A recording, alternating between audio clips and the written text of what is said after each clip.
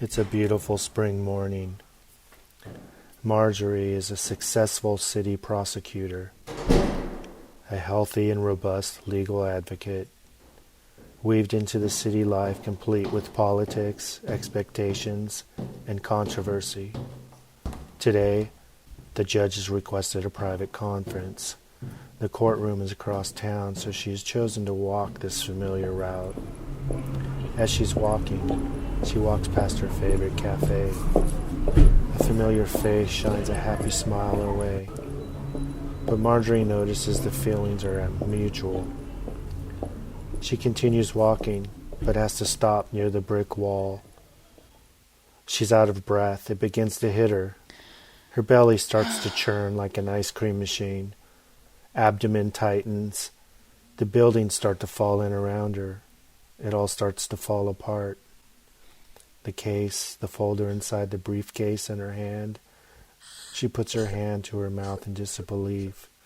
She can't breathe. Her hand, it's shaking. The doomed case, damn it, she thought as she tried to gather herself. Why was it affecting her so? She struggles on the wall and manages to straighten up without dropping anything.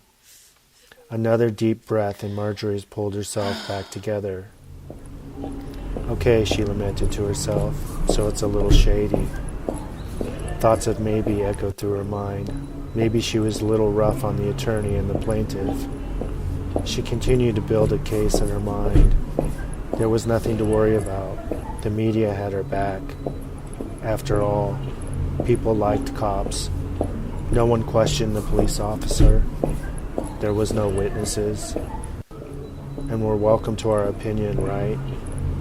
I'm not worried, she laughed as her stride turned into a feverish lunge.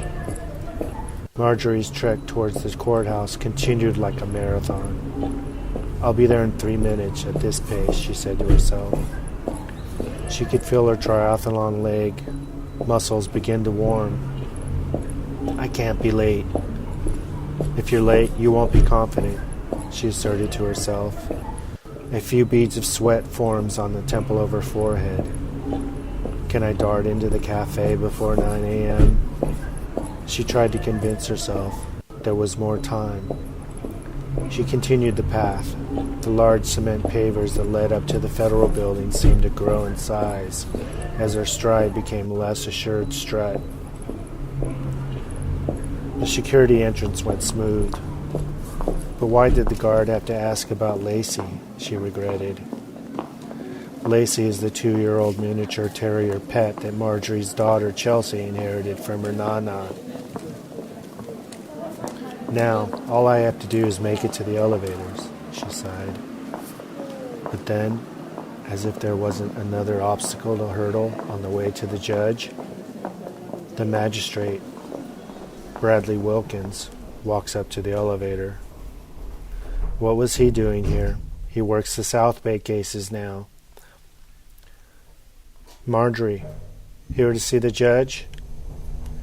He questioned audibly, issuing a soft, friendly gesture on her shoulder.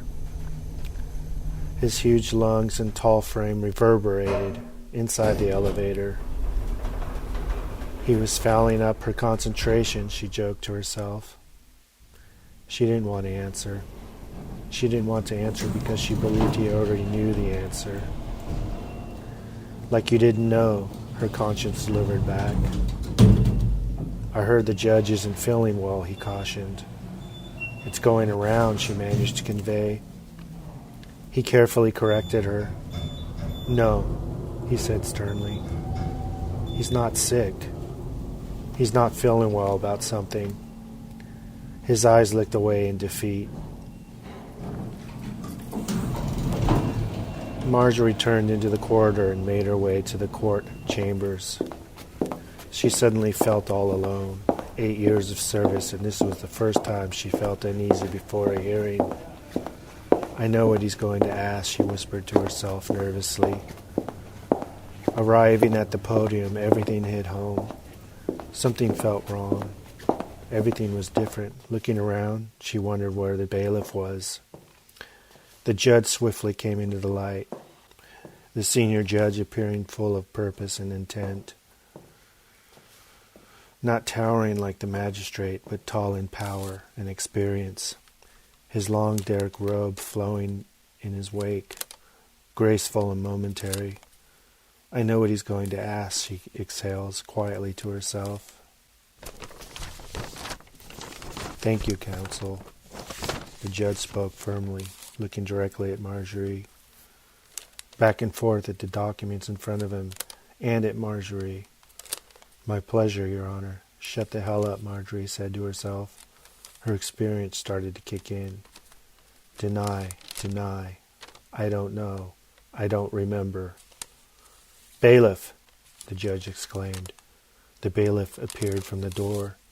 He was conducting official business, his face appearing energized and happy with a hint of knowledge. He hands the charcoal gray folder over to the judge and takes his place near the card podium. The judge looked over the contents of the folder briefly as if to verify, and closed it. Hand this to the prosecutor, the judge said quietly. Marjorie glared at the bailiff and accepted the folder reluctantly. She assessed the contents.